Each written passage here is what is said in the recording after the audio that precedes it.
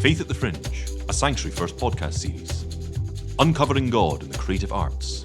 At the biggest international arts festival in the world, Sanctuary First stops to ask, where does faith and art meet?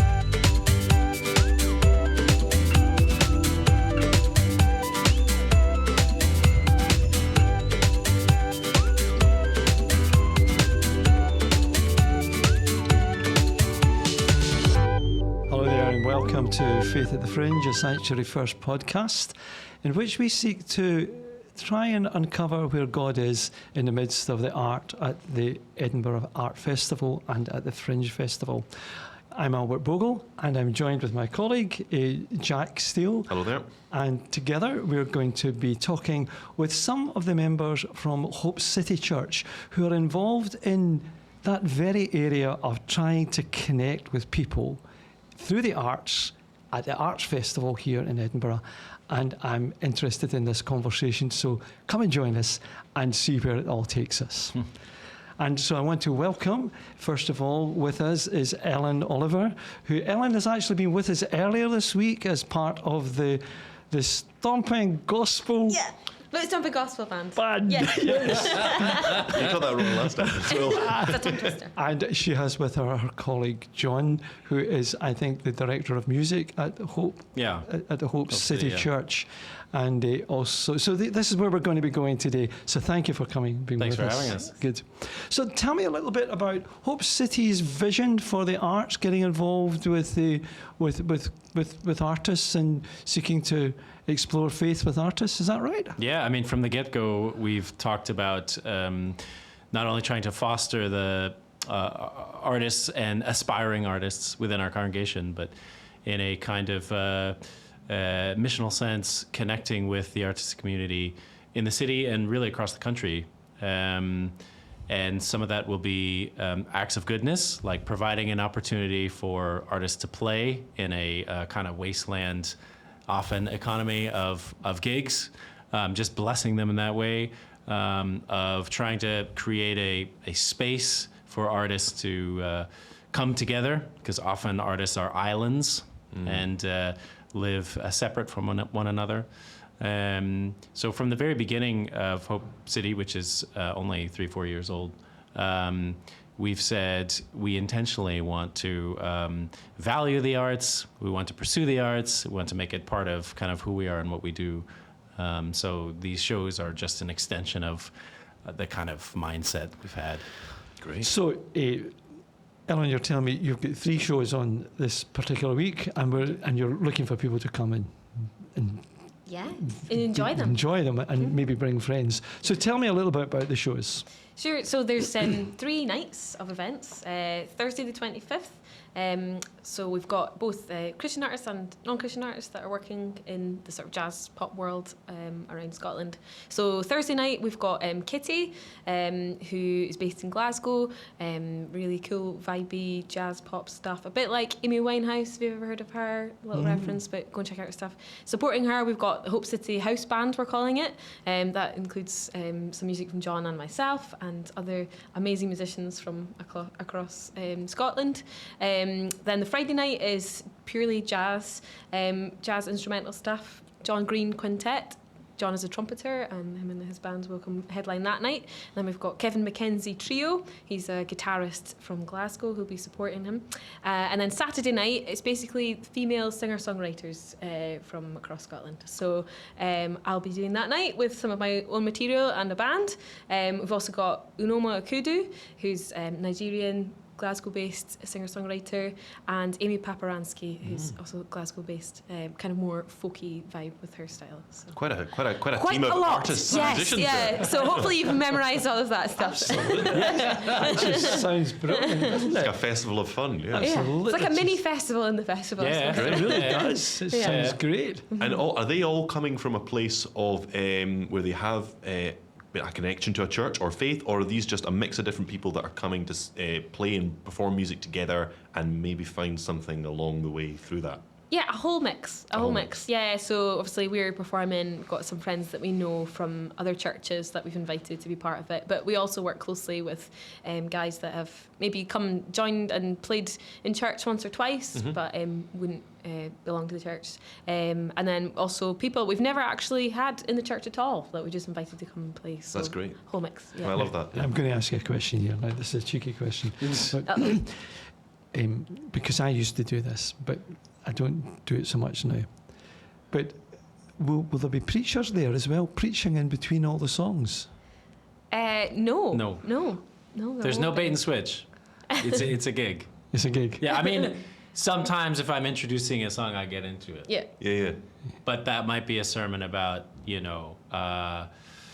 the boy who got into a balloon and flew across Colorado, because that's what the song is about. But I might get into it. But there's no kind of intermission. Here's the gospel message. Yeah. They're advertised as gigs, and in fact, we tried this out as a one-off in March. How would church work as a venue?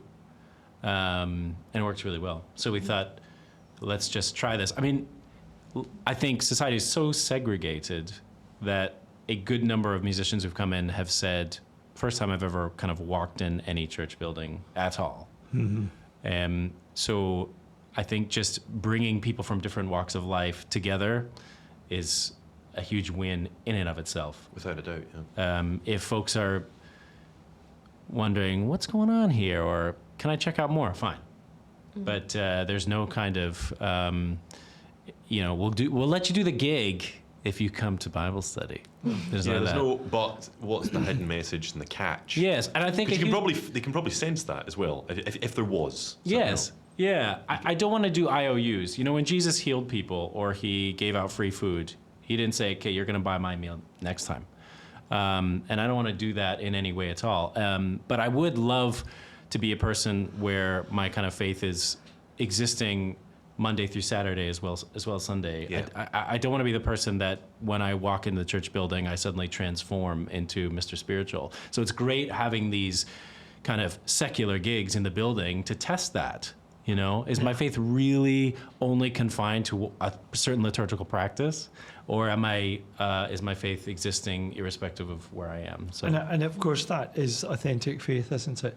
That's what it's all about, isn't it? Walking it and putting it into practice. Putting it into practice, living out the gospel in our gifts and using our talents for that story to be told is how we live it out. Do you find that helps the music, that the artists feel that they can come into a space that is safe for them to be able to express themselves without any concerns of, I can't sing that song because I'm in a church, or I can't I'll take that line out and change it because it might upset people because I'm in a church and they'll judge me about this, that, or the next thing? I mean, there's definitely a lot more swearing in the building. I would say it hasn't been totally tested yet. No. Right. We don't have kind of super intense New York performance artists stripping down and like using the toilet in the middle of the room to say. It hasn't been tested to that extreme yet. No. So I can't totally answer, but I think folks do feel comfortable. Yeah. Well, that's good. Yeah. At least in their music and their performances. Yeah. To be able to, Yeah. We'll see how it goes this week. Maybe we'll have some surprises. Yeah, we'll tell you next time. Yeah. There is an element as well, like for the bands that we're putting together, folks are coming in and the songs that we're doing are learning and from what we've written or what we're saying through the song, and so maybe understanding and engaging in that way instead of just coming in. There will be some artists that come and just perform their own stuff and not the own thing, but I think they being able to work on projects together is huge for them to learn about us and for us to. So how have you gone about putting a project like this together? How do you start off thinking with is there some kind of theme in the music that you want people to think about, or can people the artists just come and do their own set, or is there something you're asking them to help us explore this idea? I don't know. Is it? No? It's a great question. I think generally the artists are welcome just to come and do their own set as they normally would, and obviously different if it's our music and we're doing it. There's a certain level that they have to understand what the song's about, I suppose. But we're definitely at a introductory level of hello, we exist, and you exist. It's like very early dating, if you will. But I do think in the future, it's a brilliant idea to have topical ideas to gather around and hear the perspective of those of faith and those of no faith. I think that's not only useful to hear those perspectives, but I think it's really useful to have a third party around which we can gather, because so much of contemporary art is about just me. And to say, let's look at something else collectively and agree on that can be a great kind of act of diplomacy or a peacekeeping thing, because you're getting outside of yourself and thinking of this other thing. So I think it's a really good shout. Do you know, we the previous podcast, we were speaking to Jonathan Meyer, who is a performer just now in the Fringe, and he's doing a show entitled "Where Traffic." An Uber Adventure.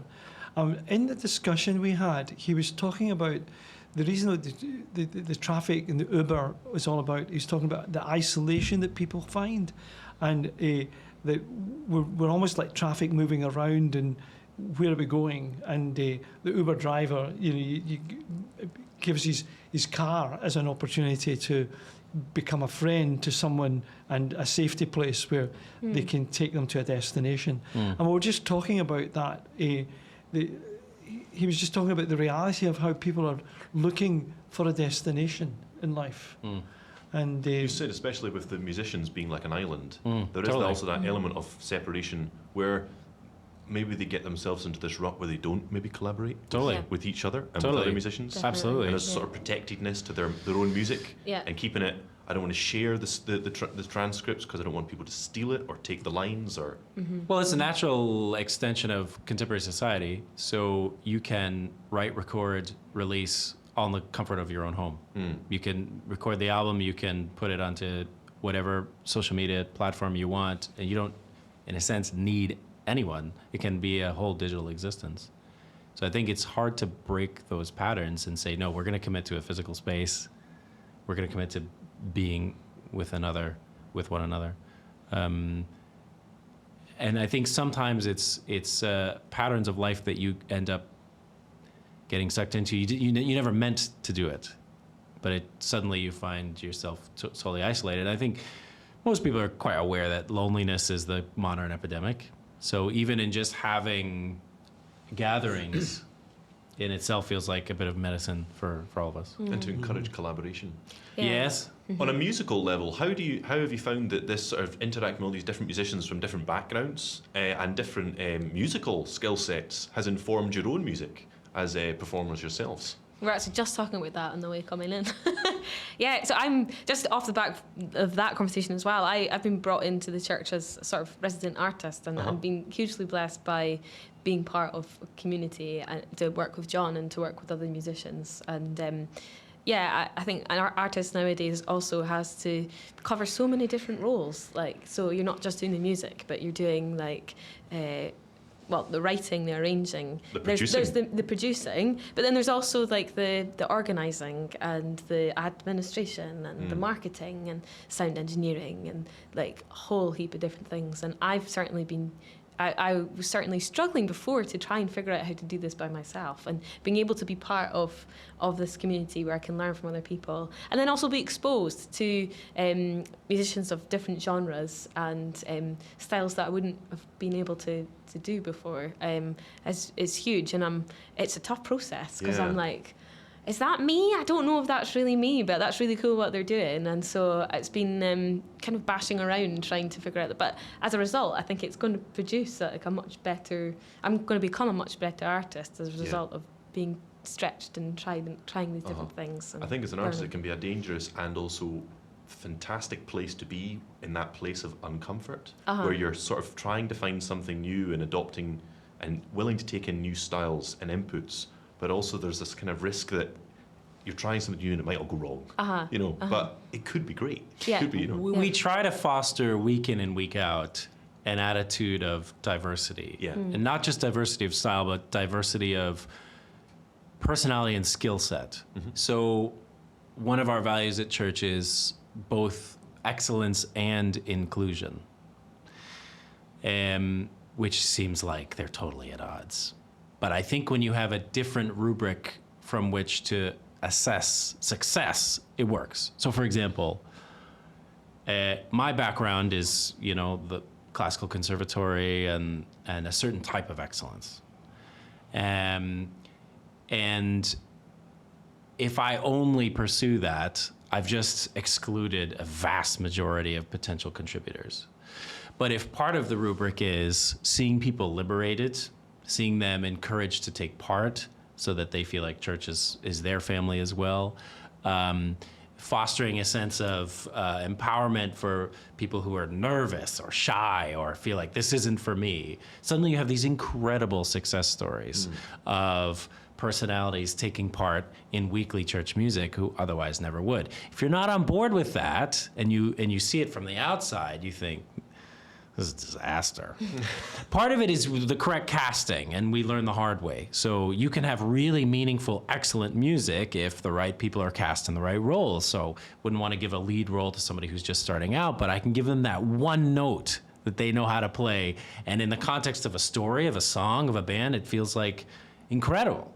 And it can be all the difference for them. That can be the encouragement. Absolutely, absolutely. And who knows, 5 years down the line, they might surprise you and they might end up being, Yes. the highlight of the band. Yes, yes. And some people need that inroad because they might have only previously related to music in a scenario where you get one shot, and if you can't do it in this particular way, you're not musical. Well, maybe they are, but they just didn't fit in that one thing. So every week we're kind of workshopping that stylistically as well, because we're really keen to not say the worship of God sounds like this hymnody or this contemporary song or whatever, but as we diversify culturally as a church, we're trying to represent that week in and week out in different sounds and so on. So as we come to these shows and these different artists come in, I'm thinking, great, more of the same, bring it on. And some of them are going, whoa, what's all this mixing and so on. I think, yeah, let's do it. Let's do it. Real fusion. But I think that's really, because a lot of,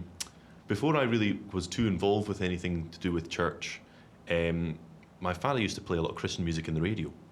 And me and my brother would have the same reaction. It's like, oh, there's more of that. Because you can hear it right away. Before they even get to the line where they mention God, our Savior, or Jesus, you can hear that's Christian music. Yeah. And I would it's have got done the this same phase. particular, old or new, it's got this particular flavour and sound that it doesn't seem to evolve and stylistically change. So it's interesting to hear you saying you're exploring new ways of looking at the style of worship music and how that could sound. Yes. Collaborating with other artists, because that might be an avenue that we need to go in. Well, I mean, I had a chance to work with men associated with the Bethany charity, and some of them were homeless, some of them were coming out of addiction, and so on. And we'd have these moments where they would enter in, regular middle class churches. And it was like everybody knew. And I thought, what a shame. And I think the same thing is true in the kind of way that Christian music works. We've all agreed upon this one kind of clothes to wear, an emotion to have, level of kind of vulnerability, whatever the category is. And we need, every once in a while, folks from completely other walks of life to come in and say, did you remember us? Did you remember this other option? So the more we can reach out to other artists or different personalities and bring them in, the more they're going to help us. Two ways. Totally two-way street there. Because there must be more than one way to have music be spiritual. I mean, the origins of what we now have as our modern gospel music, especially a lot of the stuff coming out of America, has a particular style. Yes. Mostly coming from Hillsong and some of the other big churches that have influenced that because they've been mega hit, sort of charting singles. Yes. But it came from gospel music. Yes. And that then informed blues, and that informed jazz. And, there's no reason why blues and jazz can't also be spiritual music. Some of it's incredibly moving. Totally. And talking about stories. And if you read the Bible, you have to deal with apocalyptic writing. You have to deal with lists of names. That's not going to be everybody's cup of tea. I'm sorry, but you got to deal with it. Deal with poetry. You have to deal with letters. You have to deal with it all. So I'm thinking same thing. How did we end up with only one of those? So I'm trying week in and week out, or with these gigs or whatever, to say, am I really gonna say yes and amen to that whole canon of scripture, or am I like, well, only like this one bit? And part of me, doesn't want to go there, but I have to deal with it. So definitely. One of the areas that, listening to you talk about would be the exciting area of trying to create a community where people produce their own praise worship, their own praise songs that Totally. come out of the community. For many years I was minister in one parish, and we produced, just at a level, we produced something like 3 albums of our own homemade songs. Great. And people used to love singing their own songs because they were authentic. Well, and you know all the words. That's a benefit too. And they knew the people who'd written them, and let's play. We've got a song that we used to call Liam's song, and people would remember Liam's song, but it was really actually it's Psalm 100. So what I'm saying is, I think what you're exploring and doing at your church, I think we need to encourage more of that, because I think it works. What I'm saying is, in when I was in Bowness for years, that was one of the things that we worked on, and it was liberating to just let people write their own songs. Yeah. And one of the things we've been doing in Sanctuary First is the same thing. We've been getting people to write their own material, and it tends not to be too praisey. It's a bit country western. Sometimes it can be a bit of everything. We have a live event on a Friday we call the Live Jam, and we get different musicians come in, some of faith, some on the fringes, and the variety of different music can be fantastic. And as you say, some of it's more polished. Some people are more further along their journey of being an artist than others. Aye. But that's fine, because what they're singing about, even though it might not have that fine studio polish, has got the heart and the soul, that message in there still connects to people that tune in with that. So I think that's, as you're saying, that's the sort of thing to foster. Yeah, I mean, even the polish thing is complicated. So a lot of my favorite music is indigenous music. And the nature of that music is circular. So the musicians in the community are all kind of interwoven. Whereas contemporary Western music is stage and audience. Yes. And polish is based on that stage and audience agreement. Whereas in a community, the nature of excellence is also reflected in, how those the musicians and the kind of people of the community are interacting, the way they're telling the story, and that can sometimes be extremely raw. It can be interrupted. It can be not go according to plan. But it's because they've kind of agreed on a different way of doing the whole expression of art. And I would love somehow to get our churches to go back to more of the circle, as opposed to I'm the performer, I am the preacher, you are the audience. Too performative. You're passive, you're watching a show. We're all part of it, and we're all working I love together. that. Contribute to that sound that's love happening that. in the room. Absolutely. Absolutely, I love that, John. I love that approach. Who's who? think Like, who it's- is, when I had the chance to see flamenco music in Barcelona, Oh, it's wonderful stuff. I loved how I couldn't figure out the rules. So there were times where the audience was whistling, almost heckling, kind of like aggressive in their relationship to the performers. I thought, is this okay? And then there are other times you could hear a pin drop because of the respect that was for that moment. And they knew just what was appropriate.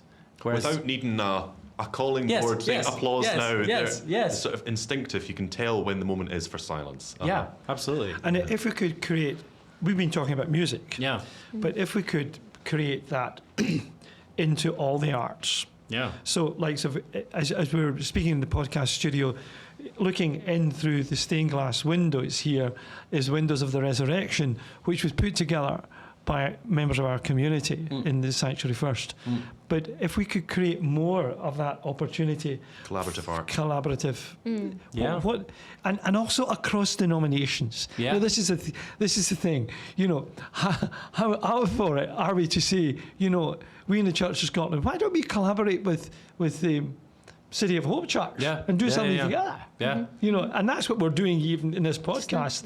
But the challenge is to go further. Yeah. And to allow ourselves to make the circle bigger and more inclusive, to allow the Spirit of God to start working in our lives and open up our hearts to one another. Yeah. And to and to see where it might lead us. I mean, as a testimony, it's messy, it's hard. Oh, yeah. But I think once you get a taste, it's hard to go back. It's really hard to go back. I love that idea of the viewer and the participant being also part of the process of creating the art. Yeah. And in a similar way, when you go to view a painting, you could say, well, what's the experience? How do you know whether it's good art or not? So, well, are you connecting to it? But your process of connecting to it is what's making it good art. No, not because it's inherently, there's no sort of scale or this is a good painting, this is a bad painting, this is a good song, this is a bad song. So what one's the one that you're feeling and connecting to and is speaking to you? But without the viewer, there's nothing to bounce off of. There's nothing to connect to. So we're intrinsically involved with it. And you're right, there is, in a lot of culture, this line between I'm the artist, you're the consumer. Yeah. But there's more of a blur than we maybe give ourselves credit for. Yeah, I mean, some of the most profound conversations about art I've had and music are from non-musicians. Yeah, and you need them in your life to tell you what you're doing is baloney. Yeah, you absolutely need that. And you also need to open doors for them. Yeah. You know, those times singing with the Bethany guys were amazing because I bring in a song. Oh, that's a great song. You know, they look at me like this is trash. Like, we're not doing this. But then I'd sometimes expose them to music that they never knew about. I could see, okay, week 1, 2, 3, 4, 5. They're looking at me like week 6. Yeah, we're on board. You know, and that was a kind of a similar principle outside of a formal church setting, but similar principle of like, let's get in the circle. Let me learn from you. And I didn't want to for a long time because, again, I came from this kind of classical background. And the problem with high art is that your pursuit of excellence, what's happening is at the same time you're pushing all other forms and expressions down. You can only be high because you're pushing everybody else down. So in the classical world, often too often you'd hear, but those folk musicians, they're so simple and, and those it's easy music. Yeah. Like, you know, but it's to say, forget that. Let's listen to each other is, I think, really important. Yeah. Well, we've been having a fascinating discussion together. It would be good actually to hear some of the samples of the music that we're talking about, wouldn't it? Yes, I think so. So I think before we go out, we'll maybe play a clip of some of the music that you've been talking about from some of your shows, and we'll have a listen to that. And hopefully we'll be able to build a relationship over the next few months with Hope City and bring on some of your material onto Sanctuary First and promote some of your work. Hey, you've got our number. So Remind us again, where can people catch your shows in the remaining days of the festival? Yep. Live and in person. It's at our church, so it's Hope City Church, Edinburgh. It's in South Gyle, 17F South Gyle Crescent. Above the Greggs. Above the Greggs. There we go. Easy to find.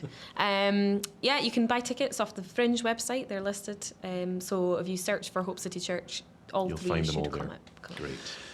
So we are going to go out with some music from the Hope City Church. But before we do so, one of the things we've been doing in each podcast is really welcoming you and thanking you, the viewer and the listener, for being part of our podcast today.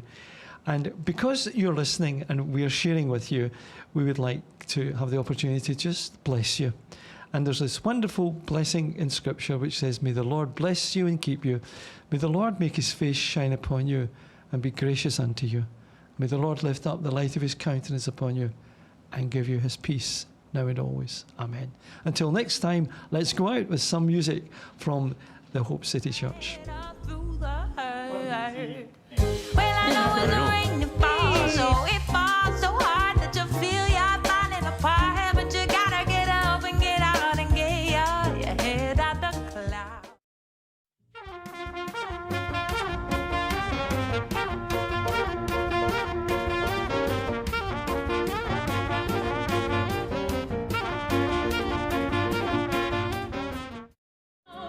To come